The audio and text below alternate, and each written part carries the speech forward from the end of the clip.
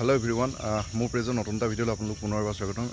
আজি ভিডিঅ'টো এটা কাৰণত বনালোঁ। একচুৱেলি আজি 10 দিনমানৰ আগত মোৰ এজন বন্ধু আছিলে। তেওঁ বন্ধু ৱাইফৰ তেওঁ যিটো ফেচবুক একাউণ্ট আছিলে, সেই ফেচবুক একাউণ্টটো বহুত পুৰণা আছিলে, কিন্তু সেই ফেচবুক একাউণ্টটো এতিয়া বৰ্তমান বেলেগ এজনে চলাই আছে।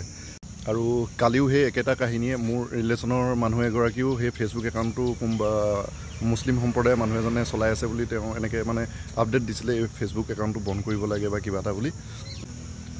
একচুৱেলি ইয়াৰ মেইন দুখটো আমাৰ গাতে। আমি কি কৰোঁ, যেতিয়া আমি একচুৱেলি গাঁৱৰ যিখিনি মানুহ হয়, আমাৰ গাঁৱৰ মানুহখিনিত নেটৱৰ্কৰ বহুত প্ৰব্লেম হয়, আৰু সেই নেটৱৰ্কৰ প্ৰব্লেমৰ কাৰণে আমি কি কৰোঁ, আমাৰ যিটো চিম কাৰ্ড আছে, মানে সেই টাইমত যিটো চিম তাত নেটৱৰ্ক পায়, আমি তুৰন্ত চিম কাৰ্ডটো বদলি কৰি লওঁ। কিন্তু আমি এটা কথা কেতিয়াও ভাবি নাচাওঁ যে সেই চিম কাৰ্ডটোত আমাৰ সম্পূৰ্ণ ফেচবুক তাৰপিছত ধৰক যিখিনি টুইটাৰ, ইনষ্টাগ্ৰাম আৰু বেংক একাউণ্ট যিকোনো বস্তু তাত এক্টিভ হৈ থাকে। আৰু আমি যেতিয়া আমাৰ চিম কাৰ্ডটো 3 মাহ দিন নচলোৱাকৈ থাকোঁ, সেই চিম কাৰ্ডটো কি কয়, যিটো কোম্পানীৰ চিম হয়, সেই কোম্পানীয়ে চিম কাৰ্ডটো বেলেগ এজন মানুহলৈ আকৌ মানে সেইটো নাম্বাৰতে মানে এক্টিভ কৰাই দিয়ে। আৰু যেতিয়া সেই মানুহজনে সেই নাম্বাৰটো গৈ পেলাই এক্টিভ কৰে, তেওঁ আপোনাৰ দৰে তেওঁ এটা ফেচবুক একাউণ্ট খুলিবলৈ চেষ্টা কৰে। আৰু যেতিয়া তেওঁ ফেচবুক একাউণ্ট খুলিবলৈ ইউজাৰ নেম যেতিয়া ডালে, তাত আহে যে মতলব আপোনাৰ যিটো পুৰণা একাউণ্ট ফোন নাম্বাৰ, সেই নাম্বাৰটো ডালি দিয়ে। আৰু সেই নাম্বাৰটো ডালি দিয়া মাত্ৰ তেওঁ পাছৱৰ্ড কৰিবলৈ কয়, তেওঁ যিকোনো এটা পাছৱৰ্ড ঢালি দিয়ে ধৰক। তেতিয়া পাছৱৰ্ডটো যেতিয়া তেওঁ যিকোনো এটা দিয়ে, তেতিয়া সেইটো ৰং পাছৱৰ্ড দেখুৱায়। আৰু ৰং পাছৱৰ্ড দেখুওৱা মাত্ৰ তেওঁ কৈ দিয়ে ফৰগেট পাছৱৰ্ড। তো ফৰগেট পাছৱৰ্ড মাৰি দিয়া মাত্ৰ তেওঁলৈ এটা OTP যায়। আৰু OTPটো যেতিয়া তেওঁ ইয়াত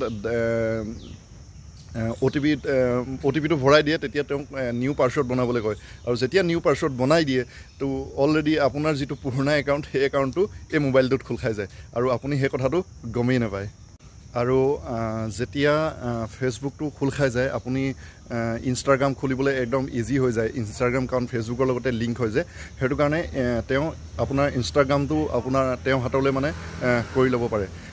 বেংকত অলৰেডি এক্টিভ থাকে বাৰু নাম্বাৰটো, কিন্তু বেংকত নাম্বাৰটো এক্টিভ থাকিলেও তেওঁ একো কৰিব নোৱাৰে, কাৰণ বেংকত যেতিয়ালৈকে মানে ATM বা একাউণ্টৰ নাম্বাৰ হেৰি কৰিব নোৱাৰে, তেতিয়ালৈকে মানে তেওঁ তাত একো কৰিব নোৱাৰে। গতিকে OTP গ'লে আপোনাৰ মাত্ৰ বেলেঞ্চ কিমান আছে বা কি আজি পইচা কোনে ঢালিছে, এইটোহে চাব পাৰে। বাকী কিন্তু তেওঁ তাত আপোনাৰ বেংক একাউণ্টটোত একো কৰিব নালাগে।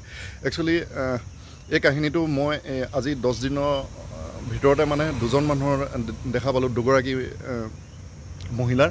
আৰু মই একচুৱেলি কমেণ্টখিনি আপোনাক দেখাব পাৰোঁ, কিন্তু এতিয়া সেইখিনি বাদ দিয়ক বাৰু। মই আপোনালোকক মেইন কথাটো কৈছোঁ, এইটো ভয় কৰিবলগীয়া একো কথা নাই। আপোনালোকে কি কৰিব, যদি তেনেকুৱা আপোনালোকৰ পুৰণা নাম্বাৰ আপোনালোকৰ ফেচবুক খোলা আছিলে, আপোনালোকে কি কৰিব, সেই নাম্বাৰটো তাত আপোনালোকৰ বৰ্তমান যিটো নাম্বাৰ চলি আপোনাৰ অলৰেডি পাছৱৰ্ড। আৰু এটা কথা আছে, যদি পাছৱৰ্ডটো আপোনালোকে গম পায় ন, তেতিয়াও আপোনাৰ মানে আপুনি কৰিব পাৰে। ধৰক পাছৱৰ্ডটো গম পালে আপোনাৰ ফেচবুক প্ৰব্লেম নাই, কিন্তু বহুত মানুহে পাছৱৰ্ডটো পাহৰি যায়। আৰু সেইকাৰণে একচুৱেলি এখন ডায়েৰীত আমি যিখিনি পাছৱৰ্ড ডালোঁ, সেই পাছৱৰ্ডখিনি আৰু ইউজাৰ নেমখিনি একচুৱেলি এণ্ট্ৰি কৰি থ'ব লাগে, কিন্তু আমি সেই কাম কেতিয়াও নকৰোঁ। আমি ভাবোঁ কি ধৰক ৰিপৰ্ট মাৰিলে সেই ফেচবুক একাউণ্টটো বন্ধ কৰি দিব বুলি, কিন্তু একচুৱেলি ৰিপৰ্ট মাৰিব পাৰে, কিন্তু এনেকুৱা ফটো আপডেট কৰে, আপুনি ৰিপৰ্ট 2টা বা 10টাই মাৰিব, কিন্তু তাত 1000টা লাইক অহা বা 1000টা কমেণ্ট কৰা মানুহ থাকে, কাৰণ এইবোৰ ভিডিঅ'বোৰ বেলেগ বেলেগ ধৰণৰ দিয়ে না, সেইটো কাৰণে মানে তেওঁলোকক ফটককৈ সেইটো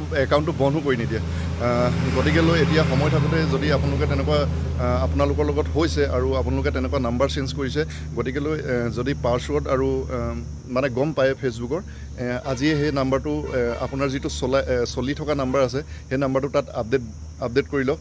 আৰু সেইটোৱে নহয়, আপোনাৰ যিটো হোৱাটছআপ আছে নহয়, আপুনি গম নোপোৱাকৈ তেওঁ আপোনাৰ হোৱাটছআপটো চলাই থাকিব পাৰে। যেতিয়া OTP যায়, হোৱাটছআপটো সেই মোবাইলটোতো খোল খাই যায়। গতিকে সময় থাকোঁতে এইখিনি সাৱধান হওক। হোৱাটছআপো তেওঁ চলাব পাৰে, গম পায় আপোনাৰ। একচুৱেলি মেইন কথাটো, আৰু এটা কথা গম পায়, এইটো আপুনি এনেকুৱা নাভাবিব যে অকল অসমৰ মানুহখিনিয়ে পাব, এইটো ইণ্ডিয়াৰ যিকোনো মানুহে যিকোনো কোণত থাকিলেও এইটো আপোনাৰ নাম্বাৰটো এক্টিভ হৈ যাব, গম পায়। আৰু যদি তেনেকুৱা আপোনালোকৰ তেনেকুৱা পুৰণা ফেচবুক একাউণ্ট আপোনাৰ পুৰণা নম্বৰত খোলা আছে তো আজিয়ে তেনেকুৱা নাম্বাৰটো আপুনি যিটো ৰিচেণ্টলি চলাই আছে সেই নাম্বাৰটো তাত এক্টিভ কৰি ল'ব আৰু যদি ভিডিঅ'টো ভাল লাগিলে লাইক কমেণ্ট কৰিব আৰু লগতে শ্বেয়াৰ কৰিবলৈ নাপাহৰিব কাৰণ আপুনিতো গম পালে আৰু যাতে আপোনাৰ দ্বাৰা বেলেগ এজনো গম পায় কাৰণ কাইলৈ বেলেগ এজনৰ লগতো হ'ব পাৰে সকলোৰে দিনটো শুভ হওক আৰু আহিবলগীয়া দিনবোৰ যাতে সকলোৰে সুন্দৰ হৈ উঠে তাৰে কামনাই আজিলৈ বাই বাই